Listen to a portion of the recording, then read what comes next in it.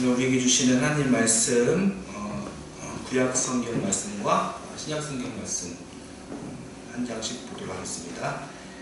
먼저 창세기 37장 33절에서 35절까지 말씀입니다.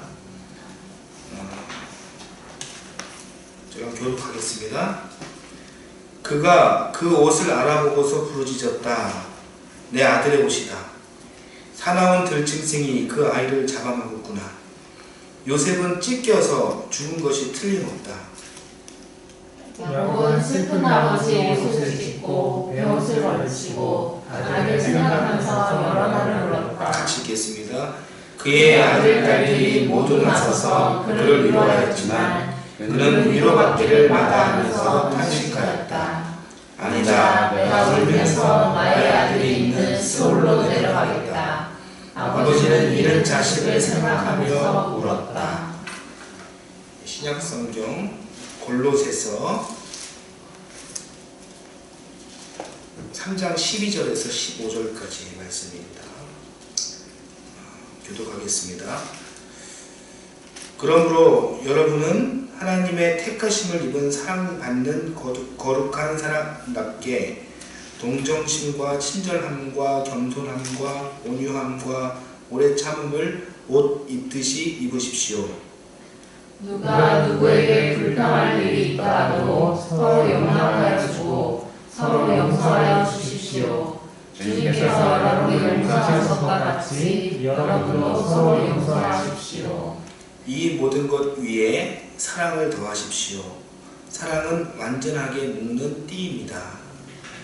그리스도의 평화가 여러분의 마음을 지배하게 하십시오. 이 평화를 의도로 여러분은 부르심을 받아 한 몸이 되었습니다. 또 여러분은 감사하는 사람이 되십시오. 아멘. 네. 지난주에 요셉 이야기를 하면서 이 이야기의 키워드를 형제폭력 이야기라고 했습니다. 형제폭력이라고 해서 핏줄로 연결된 그런 형제들만 말하는 것이 아니라 우리가 관계하는 형제에 같이 가까운 사람들 간의 일상적인 그런 폭력을 말하는 것이었습니다. 요셉 이야기의 형제폭력은 가까운 그런 형제, 이웃들을 사랑하지 못하고 형제 사랑을 하라고 주신 자유의지를 인간이 폭력으로 행사하는 그런 인간의 역사를 고발한 것입니다. 이 폭력 이야기는 가인과 아벨의 폭력, 에서와 야곱의 폭력, 요셉과 형들의 폭력 이야기로 이렇게 연결되고 뿐만 아니라 이어지는 인류 역사 속에서 이 폭력 이야기는 계속됩니다. 2019년에 오늘에 이르러서도 그와 본질상 똑같은 그런 폭력이 연결되고 있습니다. 그 대표적인 예가 세월호 사건입니다. 수장된 단원고 학생들과 유족들을 향한 국가의 엄청난 그런 폭력 사건 이야기가 오늘날식 요셉 이야기 형제폭력 사건입니다. 지지난주인가요? 발표됐지만 구할 수 있었음에도 구하지 않았고 살릴 수 있었음에도 불구하고 살리지 않았습니다. 위급한 아이들이 타야 할 헬기에 장관이 탔고 그리고 해양경찰청장이 탔습니다. 살아있는데 사망자라고 그렇게 표기했습니다. 이것이야말로 힘센 권력이 자행한 엄청난 그런 폭력 사건이 된 것이죠. 충격적이었습니다. 이렇게 우리가 사는 세상 안에는요, 알게 모르게 이렇게 폭력이 난무하고 판치면서 힘이 약한 자들은 자신의 권리를 유린당하고 있습니다. 이게 세상입니다. 이게 인본주의입니다. 이런 인본주의 세상 앞에서 성경이 말하는 것이 무엇인지 우리는 정확하게 볼 필요가 있습니다. 오늘 창세기 본문에서 아들을 잃고 통곡하는 야곱의 모습이 나오죠. 요셉의 화려한 옷을 보고 그 아들의 그 이름을 부르짖으면서 내 아들의 옷이다. 들짐승이 내 아들을 잡아먹었다. 그런 소리를 하며 웁니다. 통곡합니다. 몇 날 며칠 통곡합니다. 그런 야곱에게 살맛이 나겠습니까? 그래서 스올로 가겠다. 스올은 저 세상이거든. 죽겠다라는 것입니다. 죽고 싶은 심정입니다. 야곱의 그 마음이 충분히 이해가 됩니다. 자식을 억울하게 잃은 세월호 부모들이 이해가 되는 것처럼 말입니다. 그 아들을 죽인 주체가 누굽니까? 놀랍게도 요셉의 형들이에요. 단원고 아이들을 죽인 주체가 누굽니까? 놀랍게도 국가 권력이에요. 폭력의 주체가 다름 아니라 형제이고 국가라는 것은 인간의 이 폭력적 죄성을 말해주고 있는 것이죠. 우리도 인간이지만 그만큼 인간은 악합니다. 악한 인간들이 만든 이 세상도 악합니다. 이 안에 폭력이 가득합니다. 다른 말로 말하자면 이 세상 안에서 폭력은 늘 존재할 수밖에 없습니다. 왜요? 이 사람이라는 존재가 멸망하지 않는 한 이 악은 계속될 것이기 때문입니다. 아담과 하와 시대에도 또 족장 시대에도 다윗 솔로몬 왕조 시대에도 또 로마 제국 시대에도 오늘날에도 우리 아이들이 어른이 된 시대에도 또 우리가 죽고 훨씬 시간이 지난 시대에도 폭력은 늘 이 세상에 가득할 것입니다. 그럴 것인데 과연 평화가 있을 수 있을까요? 폭력은 절대 없어지지 않습니다. 덜 폭력적인 한 축이 아주 강력한 이 한 축을 투쟁해서 몰아낼 수는 있습니다. 그렇다고 폭력이 완전히 사라질까요? 그렇지 않습니다. 새로운 폭력이 등장합니다. 최악이 사라지고 차악이 등장할 뿐입니다. 지금까지 이 계속된 인류 역사 속에서는 단 한 번도 폭력이 끊겼던 적이 없었고 제가 단언컨대 앞으로도 없을 것입니다. 그러니 평화를 염원하는 우리의 질문이 어떻게 이 폭력을 없애야 하느냐 이것이 아니라 이런 폭력적인 세상 가운데 어떻게 평화를 누릴 수 있을까 이렇게 되어야 한다는 것이죠.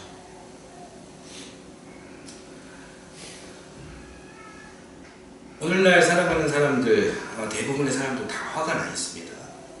사람들의 그런 무한성 때문에 어쩔 수 없는 일입니다. 사람은 그런 사회적 관계망에서 벗어날 수 없기 때문에 이것은 어쩔 수 없는 일입니다.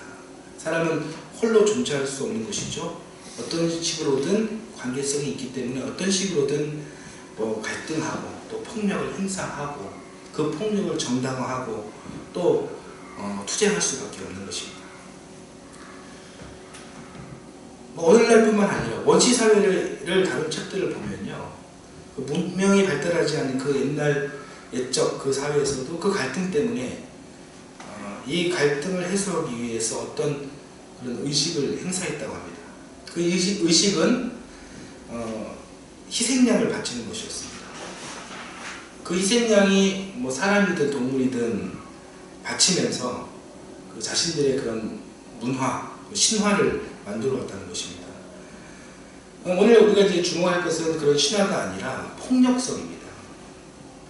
이 폭력은 자신 안에 있는 이 화를 분출하는 그런 에너지입니다. 그런데 참 신기하게도 이 폭력 안에는 이 폭력의 출발점이 되어지는 이 화의 원인의 중요성을 그 원인을 제공한 생산한 그것의 중요성을 크게 부여하지 않습니다.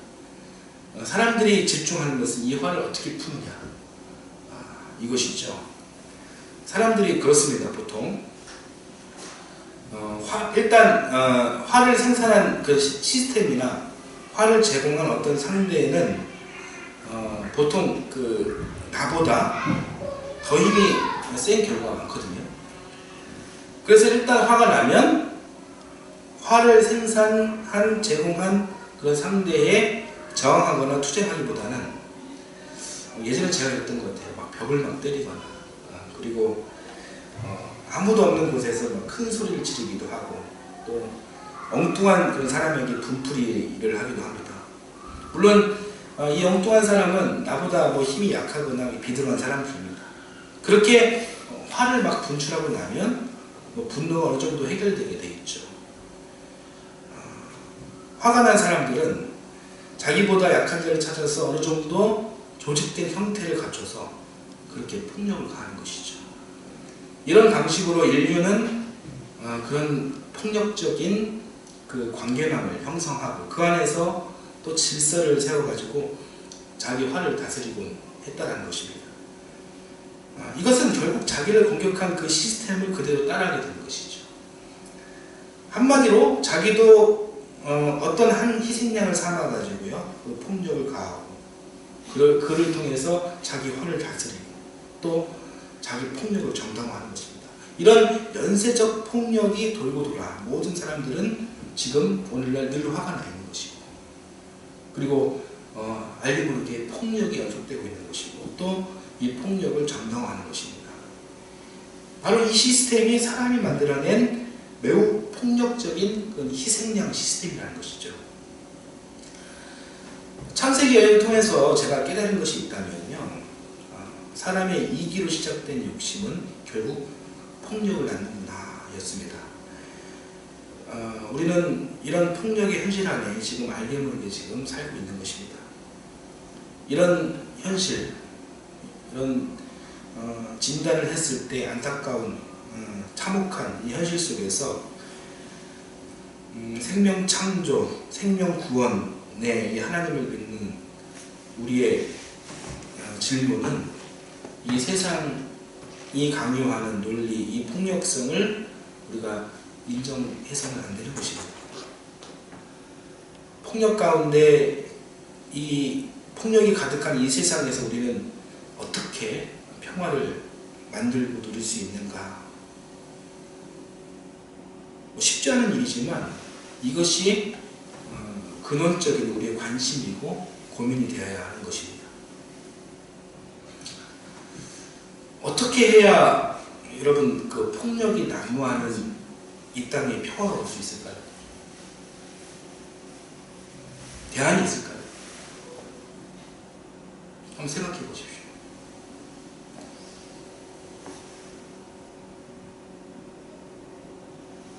이 세상 끝날 때까지 이 폭력은요, 어떤 형태로든 계속됩니다. 그런 세상에서 어떻게 평화를 누릴 수 있을까요? 원신들이 했던 것처럼 희생양을 만들어서 화를 풀어야 하는 것일까요? 희생양이 필요하다면 여러분, 제가 희생양이 되겠습니다. 저한테 부십시오. 제가 하나님 주신 시험을 생각하고 잘 감당하겠습니다 라고 말씀드리고 싶지만, 지난주에 제가 골치 아픈 일이 있어가지고 좀 골머리를 썩었는데 머리가 깨질 듯이 아프더라고요. 저를 희생양으로 삼으면 안 될 것 같습니다. 저뿐만 아니라 어떤 누구도 희생양 삼으면 안 되죠. 인류 안에서 이 폭력성이 계속된다 하더라도 최소한 약자 희생양 관습은, 그 문화는 끝나야 하는 것이죠. 동의할 수 없는 것입니다. 그렇다면 우리는 어떤 평화를 꿈꾸고 바라야 하느냐? 결론적인 대답은 그리스도 예수 안에서 누리는 평화입니다. 따라서 해보실까요? 그리스도 안의 평화. 그리스도 안의 평화. 예수님께서 이 폭력적인 이 땅에 오신 이유는 평화를 위해서 오신 것입니다. 이 전제가 참 주목할 만한 것입니다. 폭력이 난무상존하는 이 세상에 예수님께서 평화를 오셨다는 것은 굉장히 흥미로운 사실입니다. 평화를 오셨다라는 것은요, 단순한 선언적, 관념적 그런 것이 아니라 실제로 이 땅의 평화로 연결되어야 하는 것이죠. 그런 것인데, 예수님께서 이 평화의 주로 오셨다라는 것이 무슨 뜻일까요?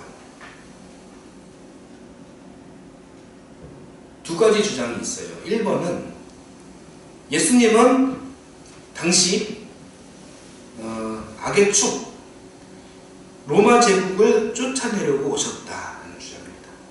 왜 로마 제국입니까? 당시 예수님 시대의 폭력의 근원지가 로마 제국이었기 때문에 그렇습니다. 맞습니다. 로마 제국이야말로 이 폭력의 출발지입니다. 모든 정치, 경제, 군사, 문화 장악하고 있고요. 또 종교까지도 장악하게 해서 자신들의 이 모든 폭력을 미화시켰던 악의 실체, 악의 축, 로마 제국 맞습니다. 로마 제국은 실제 엄청난 폭력을 자행했습니다. 출발지가 맞습니다. 그 일들을 괴뢰 정권인 헤롯이 흉내내서 한 것입니다. 예수님께서는 평화의 주로 오셨는데 왜 오셨느냐? 이 괴뢰 정권을 끝장내기 위해서 오셨다. 이 주장에 대해서 여러분 어떻게 생각하십니까? 동의하십니까? 그런 이유로 만약 예수님이 오셨다면 마치 아나키스트, 무정부주의자 같은 개념으로 설명되는 것이죠. 모든 제도화된 정치, 조직, 정치 조직, 권력, 사회적 권위 이런 부정하는 이 사상가 혹은 운동가들 이런 사람들이 무정부주의자, 아나키스트잖아요. 예수님께서 아나키스트이십니까? 그런 상상력으로 예수님 오심을 설명하고 예수님 정체를 설명하는 사람들이 있는데 결론적으로 아니에요. 아닙니다. 예수님께서는요, 제자들과의 대화에서 예수님 당신의 정체성이 그렇지 않음을 예수님은 성경을 통해서 누차 말씀하셨습니다. 하나만 예를 든다면 겟세마네 동산에서 기도하실 때에 그때 제자들이 찾아왔고 그 이후에 헤롯의 로마 군대가 예수님을 잡으러 왔습니다. 제자들은 자신들과 예수님을 지키기 위해서 칼을 빼왔어요. 싸우려고. 그런데 예수님께서는 뭐라고 하십니까? 칼을 집어넣어라. 칼로 이룰 자는 칼로 망한다. 이런 말씀하셨어요. 폭력을 폭력으로 맞서지 않으셨다는 이야기죠. 성경을 통해 알 수 있는 사실은 예수님은 아나키스트적인 메시아가 아니었다. 사실입니다. 그리고 2번은요, 이런 주장도 있습니다.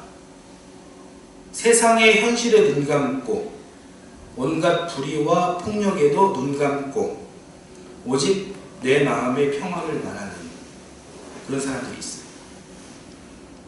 그런 분들 많이 있어요. 교회 다니는 분들 중에서 이런 분들이 엄청 많습니다. 눈앞에 불의와 잘못이 명확한데도 그것은 다 신앙과 상관없는 일이다. 그 불의와 잘못을 문제 삼는 게 마치 큰 잘못이고 마귀의 종로를 타는 것으로 여기는 사람들 많습니다. 그런 사람들의 입장이에요. 그렇다면 신앙인이 나는 뭘 해야 되나? 내 마음의 평화를 위해서 돌을 닦아야 되는 것이죠. 현실 도피적인 그런 평화를 지향하는 것입니다. 예수님께서 그런 평화를 위해서 이 땅에 오신 것일까요? 이것도 아닌 것 같아요. 아닌 것 같은 것이 아니라 제가 아는 예수님은 그런 분이 명확히 아닙니다. 평화의 주님은 현실과 괴리된 메시아가 아니라는 것입니다. 죽어서 가는 저 천국에만 계시는 분이 아니라는 것입니다. 극명하게 대조되는 1번과 2번 모두가 아니에요. 아니라면 예수님의 평화는 과연 무엇일까? 성경에서 이야기하는 예수님의 평화는 믿음과 사랑의 공동체 안에서 이루어질 수 있는 것입니다. 오늘 신지사님이 오늘 저의 설교 핵심에 대해서 잘 기도해 주셨어요. 제 원고를 혹시 보셨나요? 믿음과 사랑의 공동체 안에서 이루어질 수 있는 것입니다. 즉 교회 안에서 가능한 것입니다. 교회 아닌데 오늘날 여기저기 있는 모든 교회에서 이루어지는 것이 아니라 진정한 그리스도의 몸된 교회를 말하는 것입니다. 이 말은 즉 참된 그리스도 몸 안에 평화가 이루어진다는 거예요. 그렇다면 이 그리스도의 그 몸된 교회는 어떤 모습을 가지고 있을까요? 믿음, 소망, 사랑. 순서를 좀 바꾸면 믿음, 사랑, 소망이 가득한 교회입니다. 따라서 한번 해보실까요? 믿음, 사랑, 소망. 이런 교회의 출발점은요, 출발점 믿음이에요. 이 믿음이 뿌리예요. 뿌리라면 이 뿌리를 통해서 이 사랑이라는 나무로 그 실체가 드러납니다. 그리고 이 사랑 나무에서 열매가 열리는데 그 열매의 실체는 소망이라는 그런 실체로 주렁주렁 열리게 됩니다. 여기서 또 소망은 바로 이제 평화라는 그런 미래지향적 가치로 생각해도 좋습니다. 다시 말하면 그리스도의 몸된 교회는 믿음이라는 이런 내적 확신이 있고요. 그 믿음의 외적인 행위로 사랑이 있다. 사랑이 있으며 그 믿음과 사랑 안에 바로 이 세상이 줄 수 없는, 흉내낼 수 없는 소망, 평화가 있다는 말이에요. 갈라디아서 5장 6절 말씀 한번 보겠습니다. 같이 한번 보겠습니다. 시작. 그리스도 안에서는 하늘을 가거나 많은 것을 문제가 되는 것이 아닙니다. 가장 중요한 것은 믿음이 사랑을 통하여 일하는 것입니다. 제가 너무 좋아하는 말씀이에요. 그리스도 예수 안에는 믿음이 사랑을 통하여 일한다. 정말 굉장히 아름답고 확실한 말씀 아닙니까? 그리스도 예수님을 믿는 믿음의 행위가 무엇이냐? 사랑이다. 아주 명확한 말씀입니다. 한 절 더 찾아보겠습니다. 데살로니가전서 1장 3절입니다. 같이 읽어보겠습니다. 또 우리는 하나님 우리 아버지 앞에서 여러분의 믿음의 행위와 사랑의 수고와 우리 주 예수 그리스도께 소망을 굳게 지키는 인내를 언제나 기억하고 있습니다. 네, 이 말씀도 참 아름다운 말씀입니다. 여기도 보면은 믿음의 행위, 사랑의 수고, 소망의 인내, 이것을 이 세 가지를 예수님의 정체성으로 설명하고 있는 것이죠. 이렇게 우리가 성경을 읽으면서 깨달아지는 것은 믿음의 행위는 사랑인 것이고 믿는 사람은요 사랑하며 사는 것이라는 것이죠. 예수님 믿고 달라진 점이 무엇입니까? 그게 성경책 맨날 잘 갖고 다니고 십자가 목걸이 잘 갖고 다니는 그런 사람이 아니라 그 사람은 그냥 종교인이죠. 종교인. 참된 그리스도인은 이 믿음을 가지고 사랑하며 사는 사람이라는 이야기죠.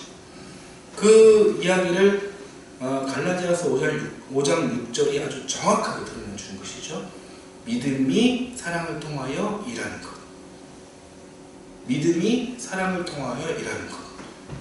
저는 정말 완벽한 표현이자 정말 완성된 그런 말씀이다.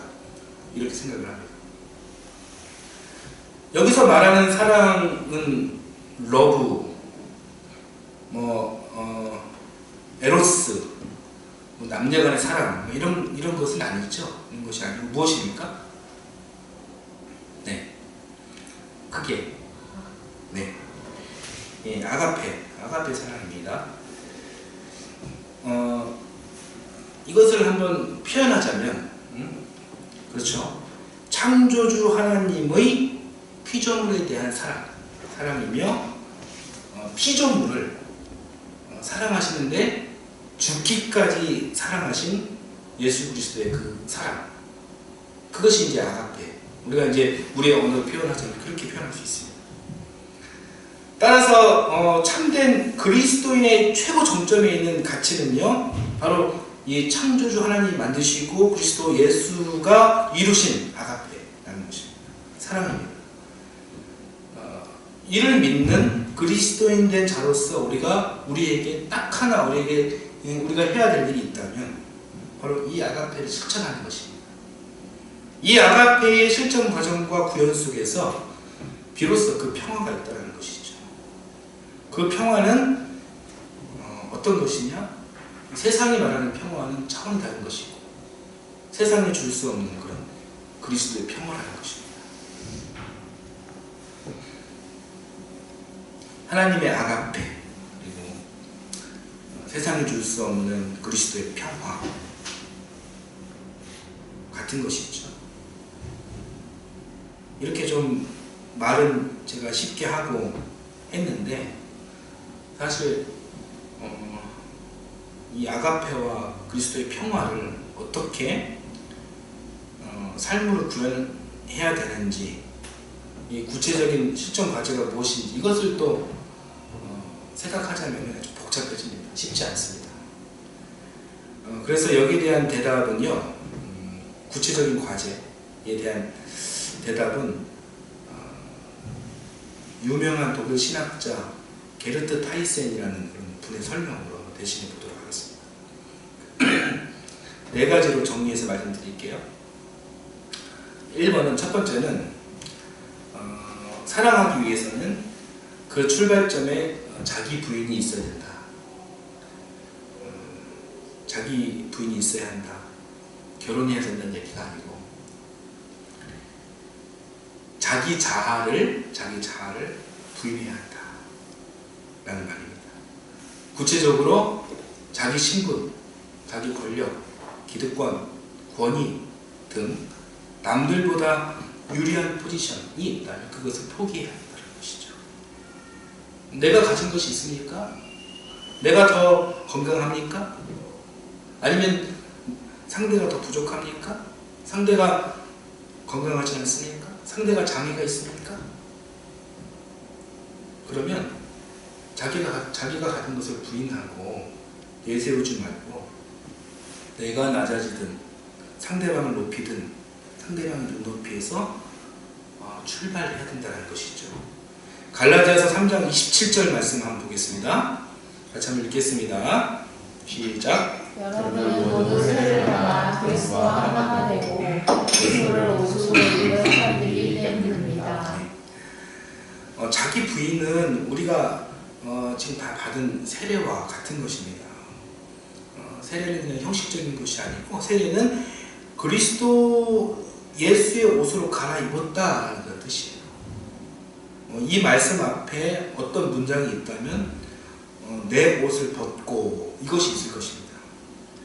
이 내 옷, 이것이 바로 나의 기득권, 나의 신분, 나의 자랑, 나의 권력, 나의 유능함 이런 것들입니다.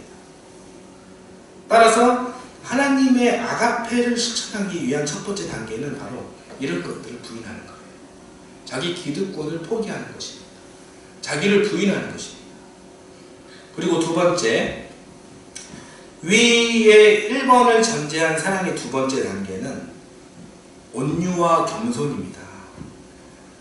온유하다, 겸손하다. 이것은 뭐 사람의 성격 유형을 말하는 그런 것이 아니라 다른 사람을 어떻게 대하느냐, 그 태도를 말하는 거예요. 빌립보서 2장 3절 말씀 한번 볼게요. 같이 한번 읽겠습니다. 무슨 일을 하든지 경쟁심이나 허용으로 하지 말고 겸손한 마음으로 하고 자기보다 서로 남을 함께 여기십시오. 또한 여러분은 자기 일만 돌보지 말고 서로 다른 사람들의 일도 돌보아 주십시오. 여기서 중요한 부분은 무슨 일을 하든지 경쟁심이나 허용으로 하지 말고 겸손한 마음으로 하고 자기보다 서로 남을 낮게 여기십시오. 자기보다 서로 남을 낮게 여기십시오. 이게 온유와 겸손의 태도라는 것이죠. 겸손한 마음으로 자기보다 낮게 여기는 그 노력이 온유와 겸손입니다.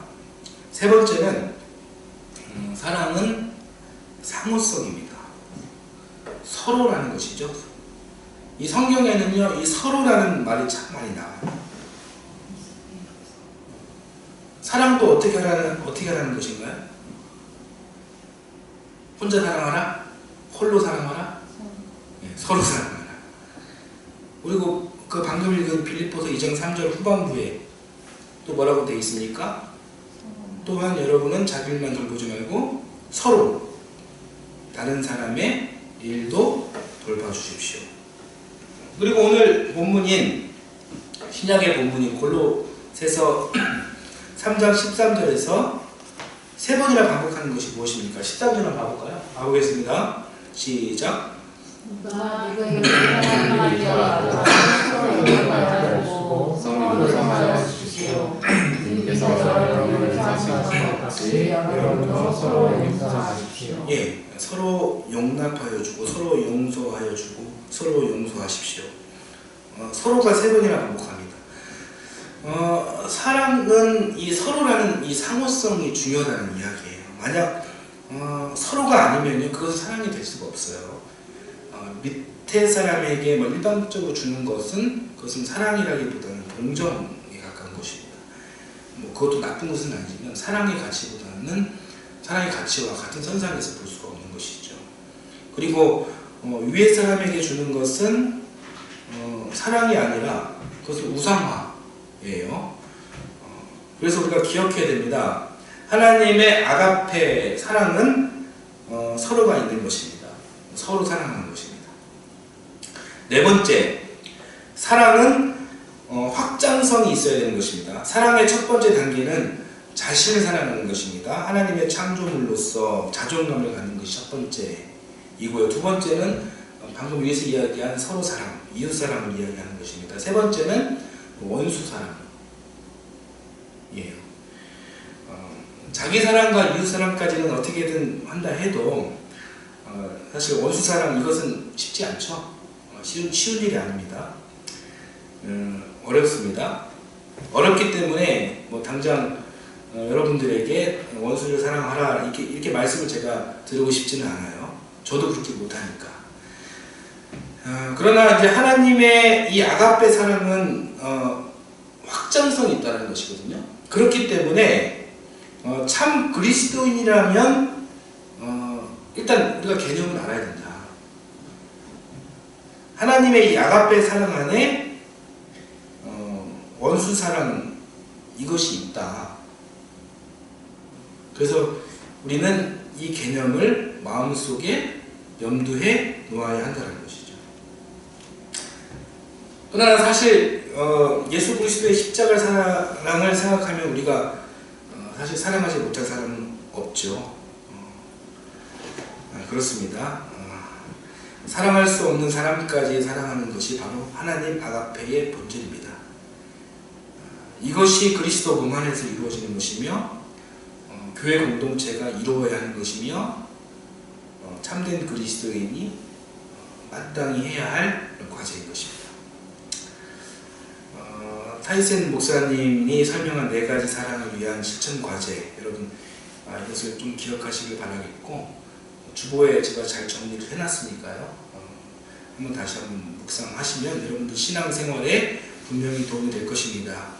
그러나 뭐 이 과제가 무슨 구원의 조건이 되는 것은 아닙니다. 아니에요. 여러분 너무 부담 갖지 마세요. 이미 여러분들 존재 자체만으로 예수 그리스도를 믿는 그 믿음 하나만으로 지금 구원하는 조건을 갖춘 분들입니다. 다만 이 그리스도의 사랑을 받은 자로서 마땅히 해야 할 실천 과제를 그 훌륭한 신학자가 정리해 둔 것을 우리가 참고할 뿐인 것입니다. 4가지 뭘까요? 자기 부인, 그리고 온유와 겸손, 그리고 상호성, 서로, 그 다음에 확장성입니다. 자, 오늘 말씀 한번 정리하겠습니다.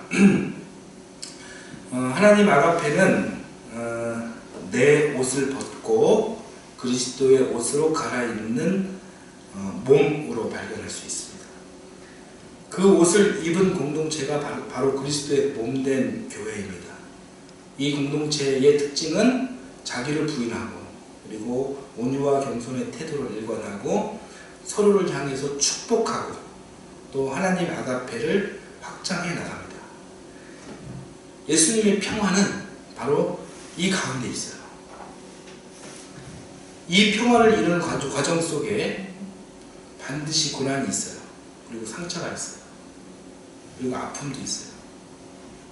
그렇지만 이것을 우리가 잘 견뎌내면 그때 예수님께서 주시는 평화가 임하게 된다는 것입니다. 이 평화는 세상이 감히 줄 수 없는 평화입니다. 이 평화는 세상이 감히 감당할 수도 없고 흉내낼 수도 없는 평화입니다. 이 평화가 폭력을 당한 세월호 유족들에게 가득하기를 원합니다. 그리고 이 평화가 이 폭력을 당한 우리 한신대 우리 교수, 교직원들에게 그리고 부당한 징계를 당한 학생들에게 가득하기를 기원합니다. 이 평화가 오늘을 살면서 고난을 당하고 억울한 일을 당해 분노가 있고 화가 나 있는 우리들과 그리고 모든 사람들에게 가득하기를 기원합니다. 사랑하는 여러분, 우리 꼭 기억합시다. 주님의 평화는 믿음의 내적인 고백이 외적인 사랑으로 이어질 때 만날 수 있는 것입니다. 사랑이 이 땅에서 구현되는 것이 평화입니다. 우리 옆 사람에게 축복하며 인사합시다. 주님의 평화를 빕니다. 주님의 평화를 빕니다. 성경은 평화를 위해서 일하는 사람은 복이 있다고 분명하게 전하고 있습니다. 하이교회 공동체 안에서 이 평화를 어렵지만 우리의 헌신과 노력으로 우리가 경험해봤으면 좋겠습니다. 이 평화를 맛본다는 것이 결코 쉬운 일은 아니지만 그렇다고 해서 우리가 맨 땅에 헤딩하는 것은 아니에요. 예수님께서 이 땅에 오셔가지고요, 그 사랑을 알려주시고 또 경험하게 하시고 그런 평화의 공동체를 이루 세우신 바가 있습니다. 평화의 주님이신 예수님은 자신께서 인류의 이 폭력의 마지막 희생양이길 원하십니다. 그 십자가 폭력을 당하고 죽으심으로써 더 이상 당신과 같은 그런 폭력의 희생양이 없기를 예수님께서는 바라셨습니다. 이 예수님의 고귀한 마음을 여러분 품으십시오. 폭력이 난무하는 이 시대에 그리스도인인 나는 이 폭력의 세상에 종속되어 살아가는 것이 아니라 어떻게 평화를 위해 살 수 있을지 내가 고민하고 또 노력하면서 그렇게 살아가시길 바라고, 그런 우리가 모인 교회, 우리 하이교회, 이 참평화의 그리스도의 몸된 교회, 우리 하이교회 공동체가 될 수 있기를 간절히 기도합니다. 찬송가 412장